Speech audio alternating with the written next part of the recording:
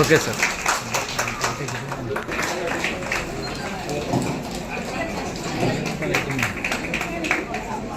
Okay sir. Bye.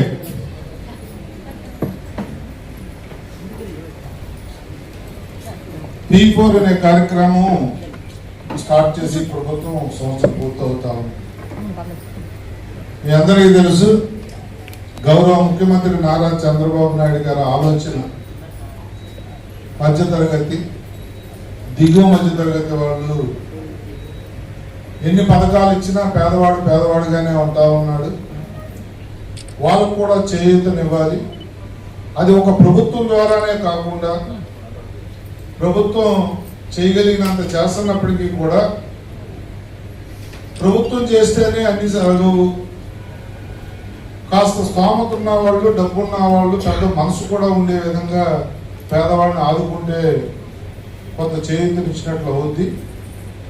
అంటే గుళ్ళకి వెళ్తున్నారు, కోట్లాది రూపాయలు దానం చేస్తా ఉన్నారు. మనమని కాదు, కానీ లోకంలో జరిగే తీరు ఒకటి చెప్తాను. ఏదో తప్పు చేసిన బాధతో వెళ్ళి దేవుడి గుండీల్లో లక్షలు కోట్లు చేసి, అంటే దేవుడికి ఈ పాపం చేశాను కాబట్టి ఇది చేశాను అంటే భక్తితో చేసిన వాళ్ళు ఉంటారు, వాళ్ళు ఒక లెక్క. తప్పు చేసిన దానికి ప్రాయశ్చిత్తం కడుతున్నాను అనుకునే వాళ్ళు కూడా ఉంటారు. కానీ ఏదన్నా పేదవాడిని ఆదుకోవటం, పేదవాడికి పెట్టడం, అన్నం పెట్టడం, ఆరోగ్యం లేని వాడికి, డబ్బులు స్తోమత లేకుండా హాస్పిటల్లో చూపించుకోలేని వాడికి చేయూతనివ్వటం కానీ, బిడ్డలు బాగా చదువుతున్నా కూడా స్తోమత లేక చదివించలేని వాడికి చేయూతనివ్వటం కానీ, ఇలా అనేక రకాలుగా డబ్బే కాకుండా ఇప్పుడు ప్రసాద్ గారు కానీ, హరగోపాల్ గారు కానీ, మనం సేపు వాళ్ళ గురించి చెప్పారు, మీరంతా చప్పట్లు కొట్టారు అంటే అదొక జాబ్ సాటిస్ఫాక్షన్ అన్నమాట చేసేవాళ్ళకు కూడా. ఈ విధంగా మనం 17,000 చిల్లర నియోజకవర్గంలో ఆల్మోస్ట్ వాళ్ళు 17,647 మంది బిలో మధ్యతరగతి, బిలో ప్రాపర్టీ లైన్లో ఉన్న వాళ్ళు మనం సెలెక్ట్ చేస్తే వాళ్ళని ఆదుకోవటం కోసం వారిని కూడా తక్కువ చేయకూడదు అని చెప్పి, అంటే పేదవాడనే ట్యాగ్ లేనివ్వకుండా బంగారు కుటుంబాలు అని చెప్పి వాళ్ళని పిలిచే విధంగా, వాళ్ళని ఆదుకోవడానికి ముందుకు వచ్చిన వాళ్ళని మార్గదర్శులు,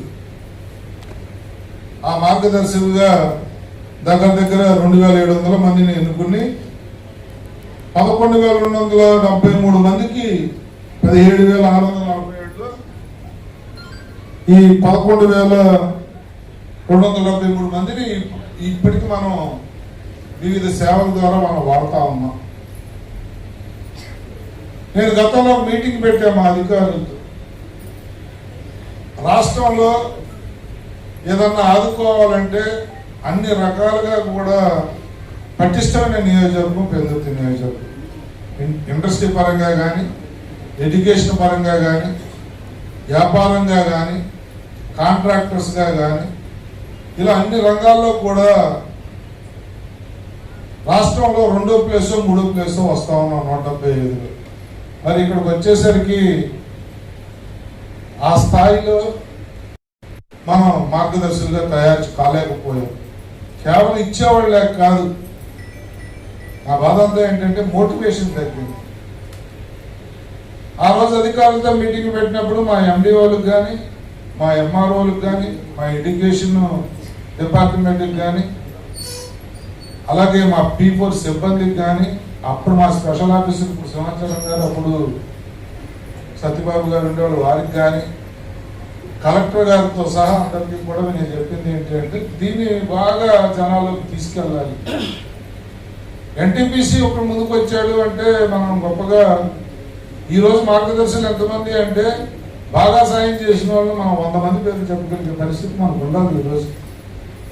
అంటే మీరే కాదు, మీకు బాధ్యత లేదా అని మీరు అనుకోవచ్చు, నాతో సహా అందరం కూడా ఈ సంవత్సర కాలంలో దీని మీద పని చేయాల్సినంత పని చేయలేదు అనేది మాత్రం వాస్తవం. ఎందుకంటే హిందూయా ఉంది, NTPC ఉంది, ఫార్మా సెక్టర్ ఉంది, SEZ ఉంది. ఇలాంటి వాటిల్లో కొన్ని వేల మంది ఉద్యోగస్తులు ఉన్నారు, వేల మంది వ్యాపారస్తులు దీని మీద పనిచేసుకుంటూ బతుకుతున్న వాళ్ళు ఉన్నారు. వీళ్ళందరూ కూడా రాజకీయ నాయకులు ఉన్నారు, ఎంపీ గారి నుంచి ఎమ్మెల్యే నుంచి ఎంపీపీల దగ్గర నుంచి సర్పంచుల వరకు గ్రామ స్థాయి వరకు అన్ని ఎన్నో పోస్టులు ఉన్నాయి. వాళ్ళు కూడా ఎవరు ముందుకు రాలేదు. దయచేసి నేను కోరేది ఏంటంటే ఈ సంవత్సరం మీటింగ్లో మనం వచ్చే సంవత్సరం మీటింగ్ మనం ఇలా కూర్చునేసరికి ఈ నియోజకవర్గం P4లో ప్రథమ స్థానంలో ఉండే విధంగా మనం ప్రయత్నం చేయాలి అనేదే ఆ ఆకాంక్ష తపన. ఎందుకంటే మనం అందరూ చేశారు, మనం చేశామని కాదు. మోడల్ నియోజకవర్గం అన్ని అందులో ఉన్న నియోజకవర్గం కాబట్టి. కానీ కార్యక్రమం కూడా ఈసారి డిజైన్ చేసినప్పుడు నేను ఈసారి మీ మీద వదిలేసాను. నాకు అర్థమైంది ఏంటి అంటే మినిట్ టు మినిట్ ప్రోగ్రాం కానీ, మోటివేషన్ కానీ, మాట్లాడేది కానీ, మనం చెప్పేది కానీ అంతా కూడా చాలా చక్కగా వెళ్ళాలమ్మా. ఇది ఒక ప్రభుత్వం చాలా క్రమశిక్షణతో పద్ధతిగా ప్రజలకు ఉపయోగపడే విధంగా చేయాలన్న తపనతో పెట్టిన కార్యక్రమం ఈ కార్యక్రమం. మరి ఆ విధమైన తీరైతే నాకు మనం పాటించలేదని అనిపిస్తూ ఉంది. మా శివాంచలం గారు కూడా, మా జడ్డం గారు కూడా ఈ నియోజకవర్గ ఇన్ఛార్జిగా కొత్తగా వచ్చారు కాబట్టి వెరీ సూన్ మనం ఒక మీటింగ్ పెట్టుకుందాం.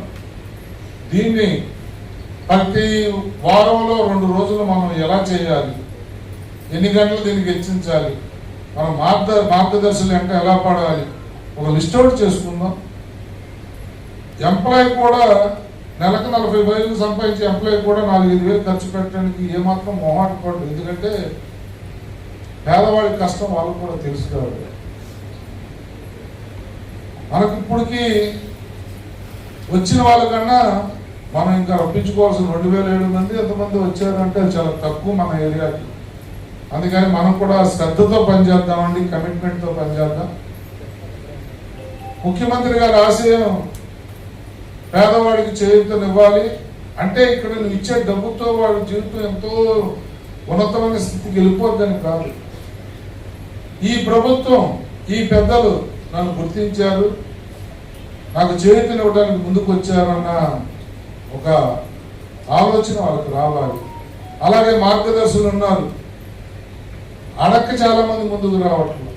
ఒక మీటింగ్లో ముఖ్యమంత్రి గారు చెప్పారు, సార్ మీకు వచ్చి మేము వాళ్ళ చుట్టూ తిరిగి ఒక 20 మందినో 50 మందినో దత్తత తీసుకుని వాడికి వైద్యానికి ఇవ్వాలా, విద్యకి ఇవ్వాలా, వ్యవసాయానికి ఇవ్వాలంటే మాకెక్కడ ఉంది, ఒక 50 కోట్లు ఇస్తాం తీసుకోండి, మీరే ఇచ్చుకోండి అని, 100 కోట్లు ఇస్తాం తీసుకోండి అనే సంస్థలు కూడా వచ్చాయి. అది తీసుకోవాలి ఆ విధంగా ప్రభుత్వం. ఎందుకంటే కాన్సెప్టే దెబ్బతిండు.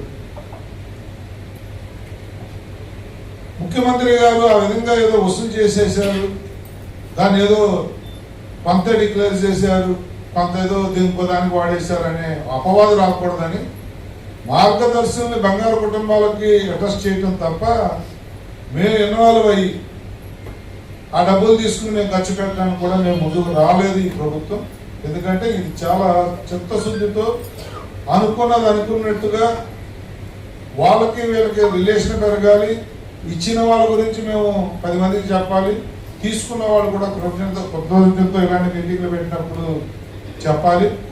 ఇలాంటి మీటింగ్లు సంవత్సరానికి ఒకసారి ప్రభుత్వం మనకి ఇచ్చినా మనం ఎవ్రీ 3 నెలలకి మనం ఒక మీటింగ్ పెట్టి ఒక్కోసారి ఒక మండలంలో పెట్టి మార్గదర్శులు బంగారు కుటుంబాలను కొంతమందిని పిలిచి ఇచ్చిన వాడు తీసుకున్న వాడితో మనం మంచి కార్యక్రమం చేద్దాం. 4 కార్యక్రమాలు చేసి మనం ఈ కార్యక్రమానికి వచ్చేసరికి మనకి ఎలా చేయాలో ఏం చేయాలనేది మనకు ఒక అలవాటు అవుతుంది. తడుక్కోకుండా చాలా పకడ్బందీగా వెళ్ళాలమ్మా. నేను ఇక్కడికి వచ్చిన రాజకీయ నాయకులు కానీ, మా అధికారులు కానీ, వచ్చిన మా అక్క చెల్లెలు అన్నదమ్ములందరినీ నేను కోరేది ఒకటి, మనం సమాజంలో అనగారిన వర్గాలను ఆదుకోవడంలో మనందరికీ బాధ్యత ఉంది. ముఖ్యమంత్రి స్థాయిలో ముఖ్యమంత్రి చేస్తే రిక్షా కార్మికుడు, ఆటో కార్మికుడు, ఆ కార్మికుల స్థాయిలో ఆటో కార్మికుడు కూడా చేయొచ్చు. మొన్న మా లిస్టు నేను చూసినప్పుడు మా P4 స్టాఫ్తో కూర్చుంటే చాలా చోట్ల ఆటో కార్మికులు కూడా మార్గదర్శులుగా సహాయాన్ని ఇస్తామన్నారు. అంటే చెయ్యాలన్న తపన చేసే మనసు ఉండాలి, కానీ అక్కడ పోస్టుతో సంబంధం లేదు. ఉన్న దాంట్లోనే ఎంతో కొంత చేయొచ్చు అనే దానికి వాళ్ళు ముందుకు వచ్చిన తీరే నిదర్శనం. మరి అలాంటి వాళ్ళే అలా చేసినప్పుడు మనం ఎంత చేయాలన్న ఆలోచన మనకే రావాలి. జేసీబీ ప్రసాద్ గారు లేకపోతే హరిగోపాల్ గారు ఇద్దరే కాదండి, ఎంతో మంది మనలో మార్గదర్శనం ముందుకు రావాలని మీ అందరికీ పిలుపునిస్తా ఉన్నాను. మరి ఇదొకటే కాదు, ఈ కార్యక్రమంలో భాగం. ఈ నియోజకవర్గ అభివృద్ధి మీద సమీక్ష జరగాలి, జరుగుతున్న కార్యక్రమాల మీద సమీక్ష జరగాలి, ఏం చేశాము అనేది ఒక టార్గెట్ గా పెట్టుకోవాలి. ఇదే P4 స్టాఫ్. మీకు ఒక విషయం చెప్తాను. మొన్న అసెంబ్లీ జరుగుతున్నప్పుడు ముఖ్యమంత్రి గారు జిల్లాల వారీగా సమీక్ష పెట్టుకున్నారు. అనకాపల్లి జిల్లా సమీక్షకి నేను వెళ్ళినప్పుడు అందరికీ కూడా ప్రోగ్రెస్ రిపోర్ట్ లాగా మాకు దేంట్లో ముందున్నాము, దేంట్లో వెనకబడి ఉన్నాము అని వెళ్ళినప్పుడు నేను అన్నిట్లో ఏలే ఉన్నాను.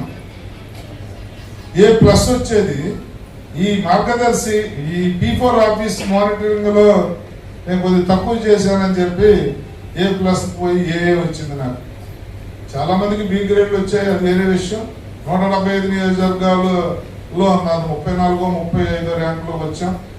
అంటే దానికి నాకేం తృప్తి అనిపించదు. అంటే ఈ ఆఫీస్కి విజిట్ చేసి, ఈ ఆఫీస్తో మీటింగులు చేసి, ఈ ఆఫీస్ ద్వారా అభివృద్ధి, సంక్షేమం, పేదవాడిని ఆదుకోవటం అనే దాని మీద కార్యక్రమాలు ఎక్కువ చేయకపోవటం కూడా ఎమ్మెల్యేలకు ఎంత మైనస్. గౌరవ ముఖ్యమంత్రి గారు దీని మీద అంత ఫోకస్ పెట్టారన్న విషయం కూడా సవినయంగా మీకు నేను తెలియజేస్తా ఉన్నాను. ఎందుకంటే ఇది ఒక బృహత్తరమైన కార్యక్రమం అండి. అంబేద్కర్ కోనసీమ జిల్లాలో మార్గదర్శి శ్రీ మంతెన వెంకటరామరాజు గారు ఉప్పలగుప్తపు యేసు గారి కుటుంబానికి 1,15,000 రూపాయల ఆర్థిక సహాయాన్ని అందించి వారి జీవనోపాధికి స్థిరత్వం కల్పించారు. అదే విధంగా మార్గదర్శి శ్రీ చవటపల్లి శ్రీనివాస్ గారు అందించి వారిని ఆర్థిక కష్టాల నుండి బయటకు తీసుకొచ్చారు. కాదు, గ్రామాల అభివృద్ధిలో కూడా కీలక P4 లక్ష్యం. మార్గదర్శి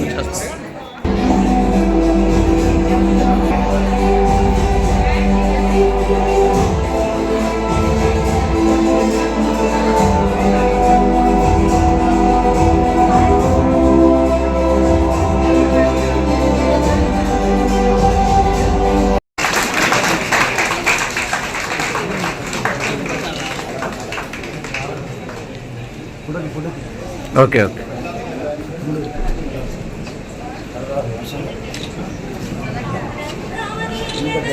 ఓకే.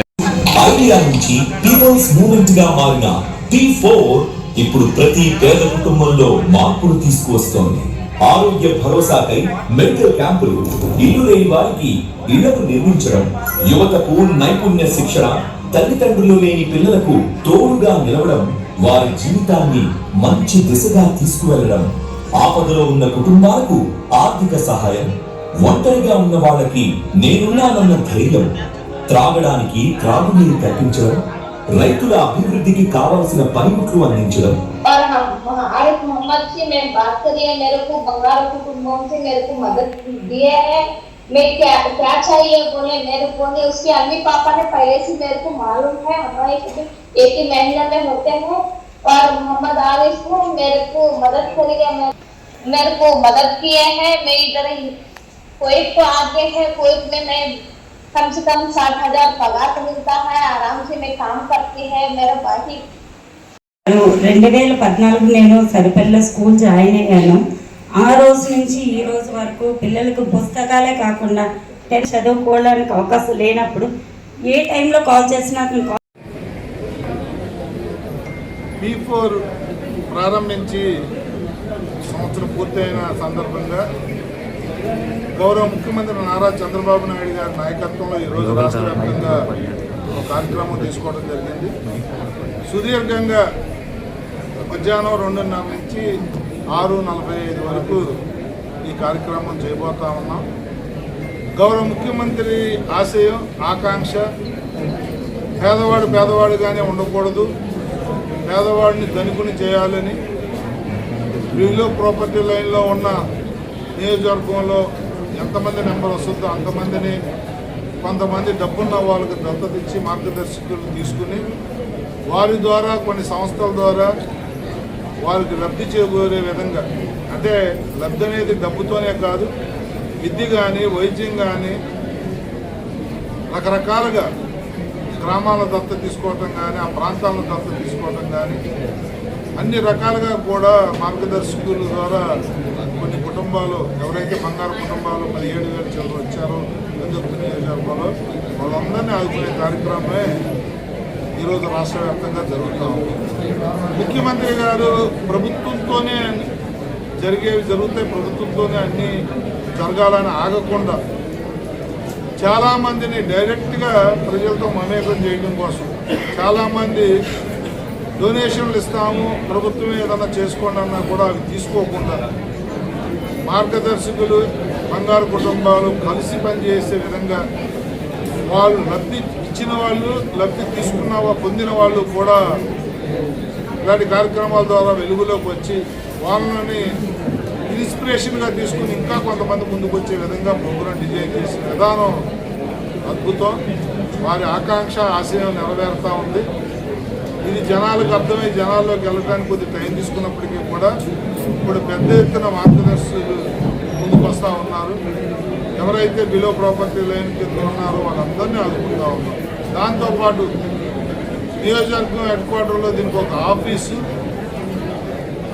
6-7 మంది స్టాఫ్తో అనునిత్యం అభివృద్ధి సంక్షేమాన్ని పర్యవేక్షించడంతో సహా నియోజకవర్గంలో జరుగుతున్న అభివృద్ధి, చేసిన అభివృద్ధి, చేయబోయే అభివృద్ధి మీద కూడా సమీక్షలు, సమావేశాలు, బడ్జెట్ రిలీజు అన్నీ కూడా ఈరోజు పెట్టడం జరిగింది. గతం నుంచి ఈ రోజు వరకు కూడా గత 1.5 yearలో ఈ నియోజకవర్గంలో 440 కోట్లు అభివృద్ధి కార్యక్రమాలు జరిగితే మరి ఈ సంవత్సరం 26-27 బడ్జెట్లో 507 కోట్లు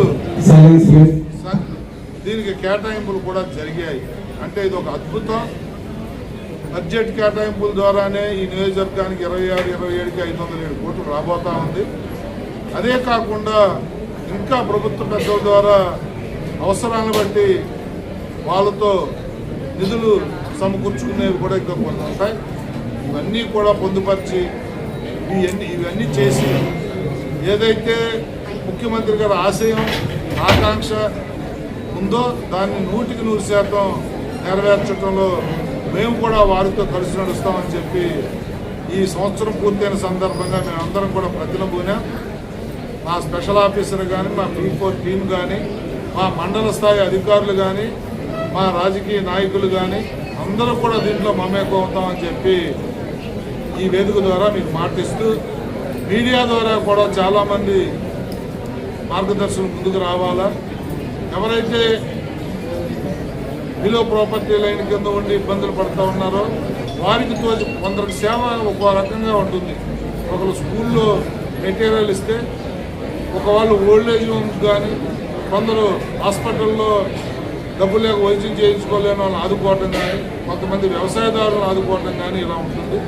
ఎవరికి తోచిన విధంగా వాళ్ళు ముందుకు రావచ్చు, ఆ విధంగా సేవ చేయొచ్చు అని చెప్పి కోరుకుంటూ ఇప్పుడు వరకు ముందుకు వచ్చిన మార్గదర్శకులందరికీ కూడా ఈరోజు సన్మానం చేయడం జరిగింది. వాళ్ళని స్ఫూర్తిగా తీసుకొని మరి కొంతమంది ముందుకు రావాలని చెప్పి కోరుతాం. ధన్యవాదాలు.